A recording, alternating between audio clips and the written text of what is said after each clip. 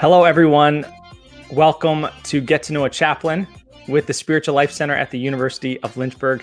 My name is Nathan Albert. I'm the Associate Chaplain, and we had this idea, why don't we virtually get to know one another?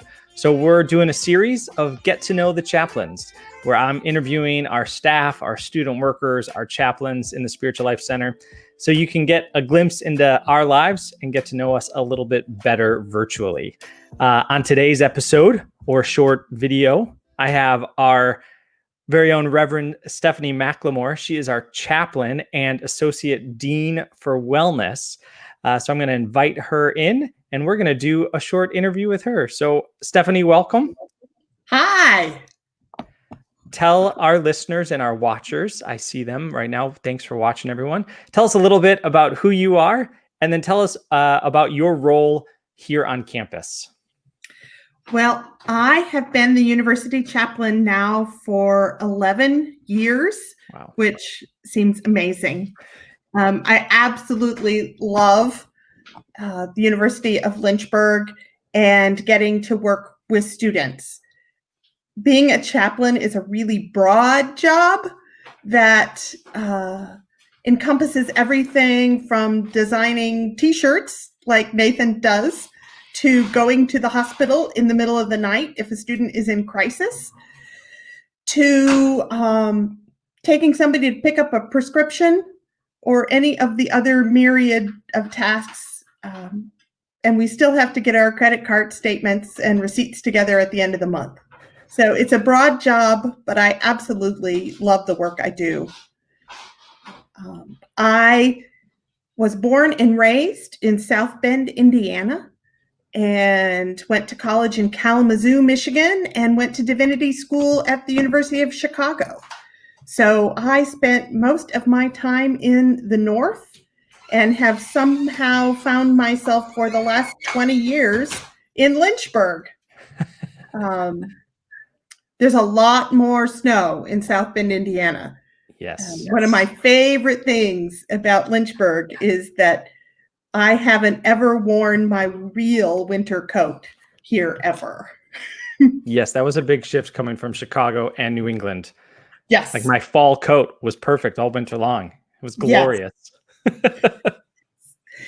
I have two daughters who are 8 and 10, and they are frequent visitors to campus. And I consider campus an extension of my family, so that just makes sense. Mm-hmm. Summarize for us a little bit your spiritual journey, because you've served not only as a chaplain, but you've served in some other areas as a pastor and other ways. But what's been kind of your spiritual journey throughout your life? So, unlike many people, I was actually raised in a very progressive, small congregation. Huh. And I was the youth. And so since they didn't have a youth group or anything, they just treated me like anybody else. So I was a deacon by 14 and went to the same Sunday school class with the adults. And so I had a female pastor most of my life. And so I really have come from a much more progressive background than most people start out in. Mm-hmm. And yet I'm very traditional liturgically, and I like my old hymns. Mm-hmm. So I decided early on that I wanted to be a pastor. Like my junior year of high school, I decided this is what I'm going to do. Wow. And started preparing. And I always thought I would be the pastor of small churches and really enjoy working in that kind of tight-knit family. So though I was right about the call, I was completely wrong about the context. After divinity school, I served at a very large church. I was one of 4 pastors on staff. And then I went and pastored a small congregation in Clyde, Ohio. Clyde Christian Church. And I loved it, but I didn't stay long before I dabbled in university chaplaincy at Tiffin University in Ohio, and then scooted down to Virginia as the Associate Regional Minister for the Christian Church Disciples of Christ in Virginia. Which... What a title. Yeah. Or a long title. Disciples of Christ have a lot of words for a lot of things. The Christian Church Disciples of Christ, I'm born and raised, is the denomination that the University of Lynchburg is associated with. Now, some people think that we're not a Christian university because we don't put a cross on every single building and sweater. But I would say, as chaplain, that our disciples' roots inform everything we do at the University of Lynchburg. I think it's very definitive for our core values, for our mission to educate. Disciples are highly tied to higher education. Per capita, disciples have more colleges and universities than any other Protestant tradition. Texas Christian is the large D1 school. Jarvis and Tougaloo are our HBCUs. Transylvania, Barton. It's a good tradition. Mm-hmm. And it carries over into our logo, where the chapel and Hopwood, the original classroom building, sit on opposite ends of campus. And so our mission as chaplains is really that you grow in mind, body, and spirit while you are a student. Mm-hmm. What we don't do is define that path for you. Right. We don't tell you which route you have to take. Growth is not always linear. And we want spirituality at the university to be a place where you can try new practices, ask new questions, think through answers your parents either gave you or didn't give you, and figure out what makes sense in your own soul. Yeah. And that is the most exciting part of being a chaplain.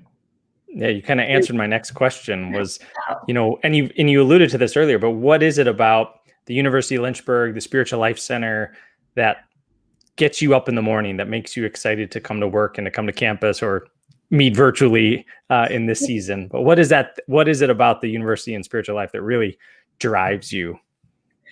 Well, it's really those moments of being with students when they are in crisis, when they are rethinking, and helping guide this community in exploring what spirituality is, and helping to find that connection with the divine.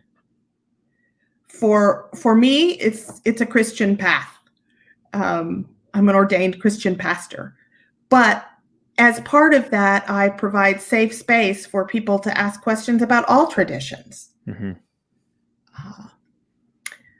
I also think that in the big transitions in our life, when we experience death, when we start out on a radically new path, like starting at university, those moments are formative for us. And we can either be intentional about that formation or kind of wander through it. I don't think there's one right or wrong way to do it. Mm-hmm. But the Spiritual Life Center is one of the few places around that kind of wandering through it or arriving on the steps with a big question are both completely okay. Mm-hmm. Yeah.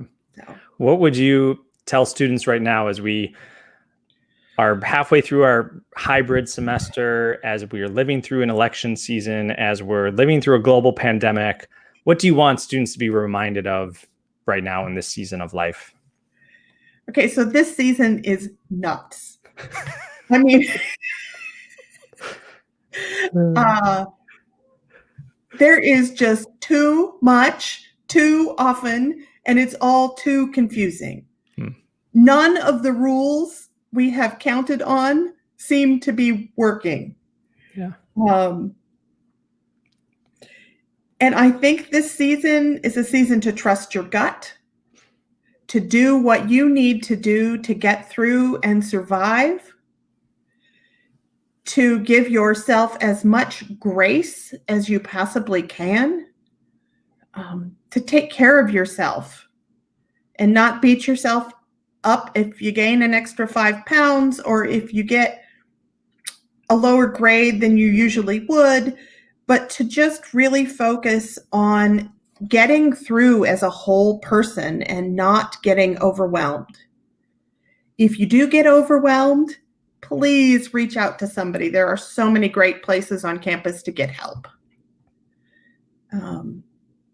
But this season is really about survival and navigating the way you need to. And you're speaking just to me right there too. So yeah, I feel a little bit better about those extra pounds and reaching out for help. So I am also the principal of our little virtual school here at my house with the 8 and the 10-year-old. And this is not a job I signed up for. Right. But we are making the best of it and trying to figure it out and making Flipgrid videos in response to things and dragging boxes. And my technology quotient has increased greatly, if nothing else. Yes, for all of us. For all of us. Well, thanks for joining us on our, I think, third Get to Know a Chaplain. And for all of you watching on Facebook or Instagram, Twitter, YouTube channel, thanks so much for watching. We're glad you're engaging in this way. If you want more info or need to learn more about Stephanie, myself, the Spiritual Life Center, you can check out lynchburg.edu, and there's some information there. You can stop by the Spiritual Life Center if you're on campus, and we are available to talk and chat more and continue to get to know you as you get to know us. So as we always say, be kind, love others, don't be a jerk, please. It's that simple. And we will see you next time on Getting to Know a Chaplain.